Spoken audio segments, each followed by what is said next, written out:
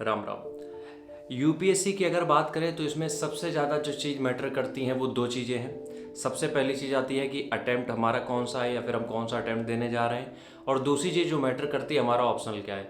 इन दोनों चीज़ों के पीछे बहुत बहस होती है, बहुत चर्चा हो चुकी, कंट्रोवर्सी बहुत हो चुकी है, और अधिकतर एस्पिरेंट मतलब जितने भी तैयारी कर रहे हैं वो इसी चक्कर में फंसे हैं। बस यही दो चीज़ें समझ में नहीं आ रही उनको। देखो, अब यहाँ पे हम ऑप्शनल की अगर बात करें यूपीएससी के, तो उसके बारे में हम डिटेल में नहीं बता सकते हैं, ठीक है। हम उसके ऊपर नहीं कुछ कर सकते क्योंकि हम उस लायक अभी है नहीं, ठीक है।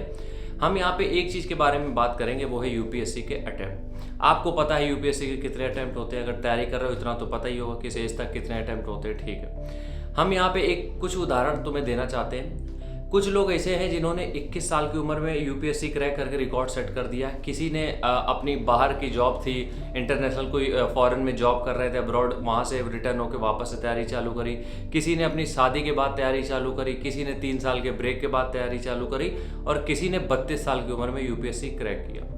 देखो, यूपीएससी का मतलब क्या होता है? यूपीएससी का मतलब होता है यूपीएससी तुमसे उसी अटेम्प्ट में क्लियर हो जाएगा जहाँ पे तुम्हारे अंदर मैच्योरिटी आ जाएगी। अब तुमने देखा होगा कुछ लोगों को कि कुछ चीज़ें 14-15 की उम्र में समझ में आ गई थी, लेकिन हम लोगों को वही चीज़ें 20-22 की उम्र में समझ में आई थी। तो सबके समझने का तरीका, सबकी टाइमिंग और सबको किस समय तैयारी कर रहे हैं, सबका अलग अलग है, ठीक है। इसलिए जब भी आप यूपीएससी की तैयारी करने उतरते हो तो सबसे पहली बात तो एज को मत देखा करो। अगर तुम्हारी एज अभी बाकी है, इसका मतलब एक बात बताओ, यूपीएससी ने, बोर्ड ने अगर एक नोटिफिकेशन जारी किया है, उसने एज लिमिट इतनी रखी है कि इस एज के अंदर होना चाहिए, उसका मतलब क्या है? उसका मतलब तो सीधा सा यही है ना कि वो चाहता है कि इस एज के अंदर के लोग हों। तो इसका मतलब अगर उसके अंदर आ रहा है तो यूपीएससी मानता है कि तुम एलिजिबल हो उसके, ठीक है। तो जब यूपीएससी मान रहा है तो तुम्हें क्या तकलीफ है भाई? अब देखो, यूपीएससी की बात ये होती है, जो बड़े एग्जाम होते हैं, जैसे ही तुम एग्जाम क्रैक कर लेते हो उसके बाद ना तो तुम्हारी कोई एज पूछता है, कोई कुछ नहीं पूछता है, बस उनको ये याद रहता है कि यार इसने यूपीएससी क्रैक कर लिया, ये आईएएस है अब, ठीक है। तो पहली चीज़ तो हो गई एज की। दूसरी चीज़ आती है अटेम्प्ट की। देखो, होता क्या है कि पहली बार में हो सकता है, पहली बार में बहुत कम ही होते हैं जैसे जिनका हो पाता है, लेकिन जिनका हो जाता है बहुत बढ़िया है। पहली बार में मुश्किल से होता ही है, मतलब नहीं होता है, ठीक है। पहले अटैम्प्ट में इसलिए नहीं होता है क्योंकि हम समझ नहीं पाते कि किस तरीके से चीज़ें हैंडल करनी है, वो प्रेशर कैसे हैंडल करना है। तो पहले अटैम्प्ट में ये चीज़ें क्लियर हो जाती, तब आदमी दूसरे अटैम्प्ट में पहुंचता है। और कई बार ऐसा होता है कि दूसरे अटैम्प्ट में थोड़ी बहुत गलतियों की वजह से हो जाता है, तो वो लगातार अटैम्प्ट में जो गलतियाँ हो रही हैं उसकी, वो एक जब भी जिस अटैम्प्ट में उसका होने वाला है उसमें वो गलतियाँ सीख के रिकवर कर लेता है। लेकिन यहाँ पे अगर तैयारी करते समय तुम्हारे मन में ये ख्याल आ रहा है और तुम इस सोच की वजह से डिमोटिवेट हो रहे हो कि तुम्हारे अटैम्प्ट खत्म हो रहे हैं या फिर तुमने इतने अटैम्प्ट बर्बाद कर दिए, कोई मैटर नहीं करती चीज़ें। हम ये चाहते हैं कि जब भी तुम अगला फॉर्म भरो यूपीएससी के लिए, ठीक है, अगले अटैम्प्ट की तैयारी करो, उस तैयारी में अपना सब कुछ झोंक दो बस।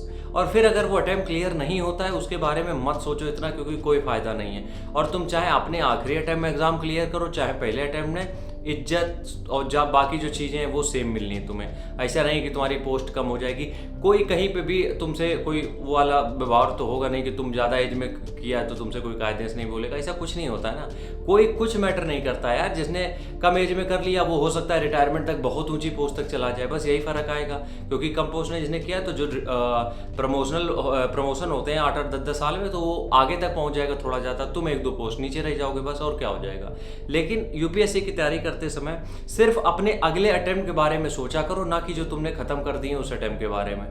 अभी देखो, कुछ लोग तो आईएएस क्लियर करके बैठे हैं, फिर भी अगर वो दोबारा देते उनका यूपीएससी प्रीलिम्स तक नहीं निकलता है। तो इसमें लक बहुत बड़ा रोल प्ले करता है। इसलिए अटेम्प्ट के बारे में, एज के बारे में मत सोचो। जो उसका क्राइटेरिया उसके अंदर आ रहा है उसका मतलब तुम एलिजिबल हो, खत्म हो गई बात वहीं से। कोई तुमसे क्या कह रहा है, कितने अटेम्प्ट खत्म हो गए, कोई तुमसे एज के बारे में कुछ कह रहा है, किसी की सुनने की कोई ज़रूरत नहीं है भैया। जितने अटेम्प्ट बचे हैं अपना फुल फोकस होकर एग्जाम दो, खत्म बात, ठीक है। राम राम, जय हिंद।